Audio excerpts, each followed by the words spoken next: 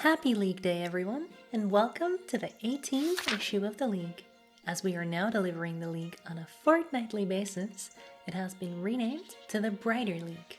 No worries though, it's the same Leek you're used to, just with more leaky goodness in it.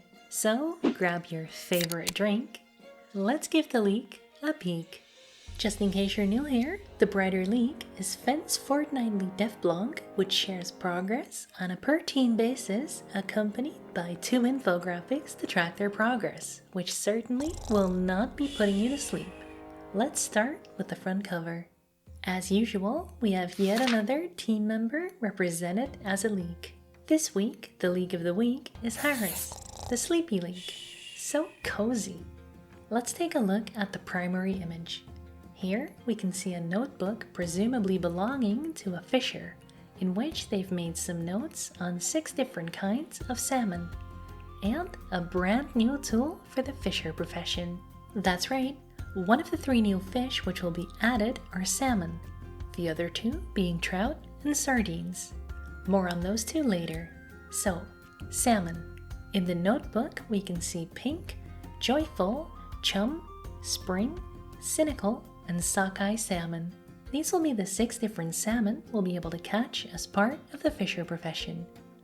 What's more, each of them will also be used in the chef profession. The addition of these fish and their respective uses in the chef profession are part of the changes mentioned on the infographic as part of Project Milestone.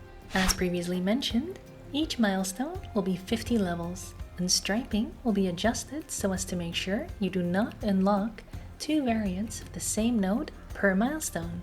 Adding in these additional nodes will fill in any gaps in the striping that would otherwise be caused by these changes. Interestingly, salmon are found in the ocean, but they spawn, yes, that is the actual term for it, upstream in rivers. As for trout, they are specifically found in rivers and ponds. This makes me believe that we'll be able to find them in either the river here, or perhaps more likely here, in new rooms extending on the river that I'm presuming runs here. As for sardines, well, they're usually found in shallow coastal waters near banks and kelp beds. Maybe they're found along the hidden sandbar.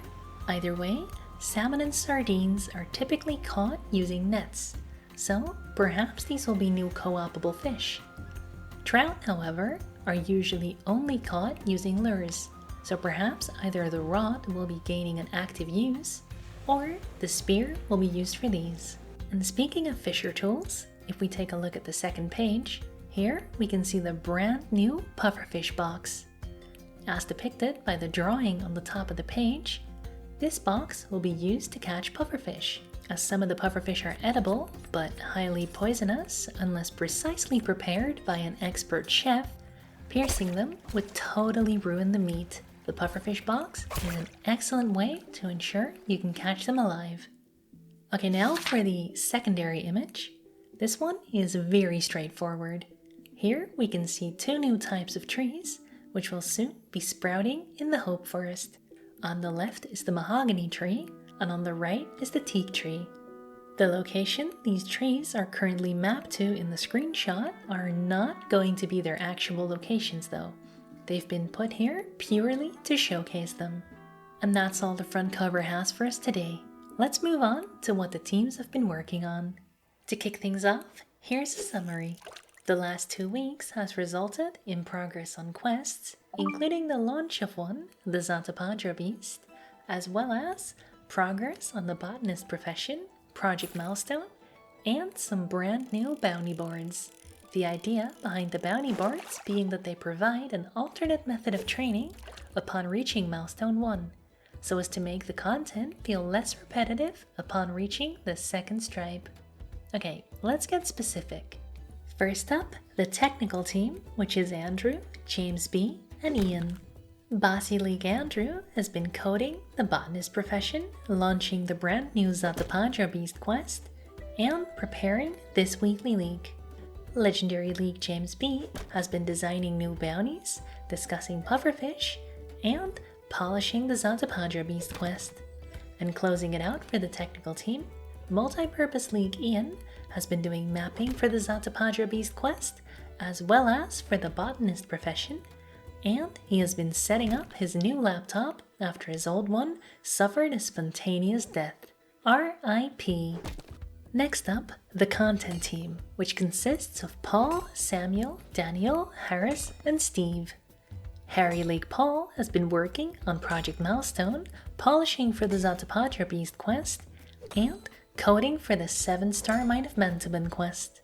Maybe Leek Samuel has been coding for the 3-star Hope Forest quest. The thinnest of leeks, Daniel, has been coding both miner and blacksmith bounties.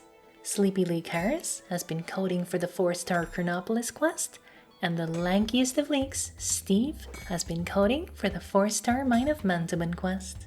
Now for the graphics team, which is Greg, Nick, Lewis, James T, and Alex.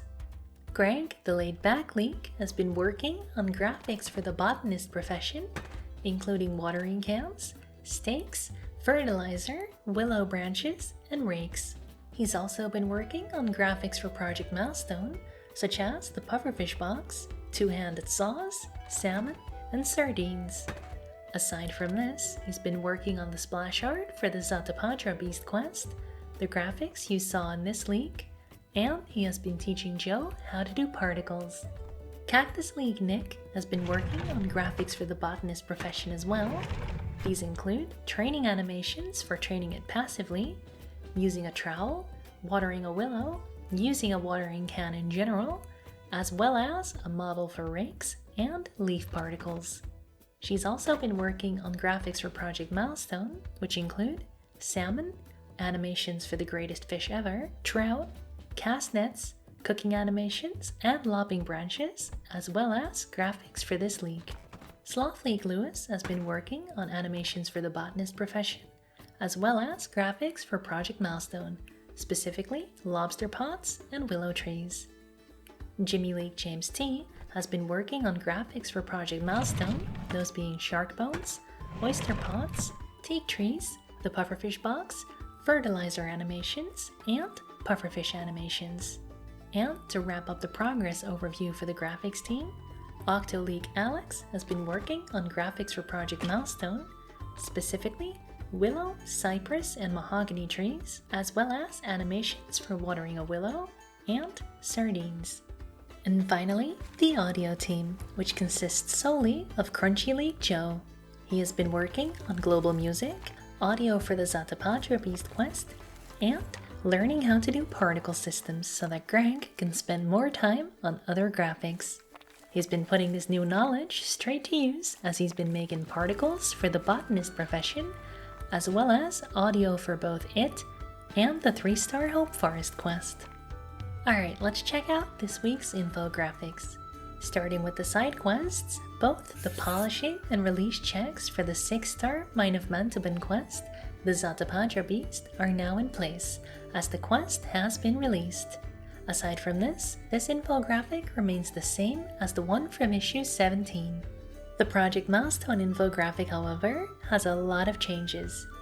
First, on Update 1, the botanist profession, the graphical assets are now marked as completed and audio work on it has begun. Secondly, the graphical assets for Fisher Bounties have also been completed. Thirdly, Update 3 has been split into alphabetized sub-updates per profession, and blacksmith bounties have been added to the list, with the design of them being completed and coding for them having begun.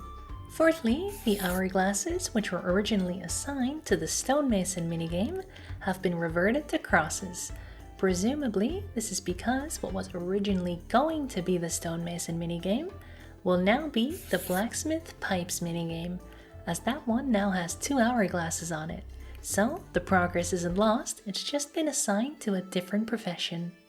Anyway, these 4 sets of changes to the infographic are quite exciting, and this right here is an immediate example of why making the leak fortnightly has been beneficial. And that's Brighter Leek issue 18. If you want to read the Brighter Leek for yourself, the link to it is in the description. Alternatively, if you want to discuss this issue of the Brighter Leek, and all things Brighter Shores with me and a community of well over 400 members, make sure you join my clan, the Blades of Adathria. The link to our Discord server is in the description. Don't forget to subscribe and hit the bell icon so you never miss one of my uploads. Thank you so much for watching, and see you in Adathria. Bye!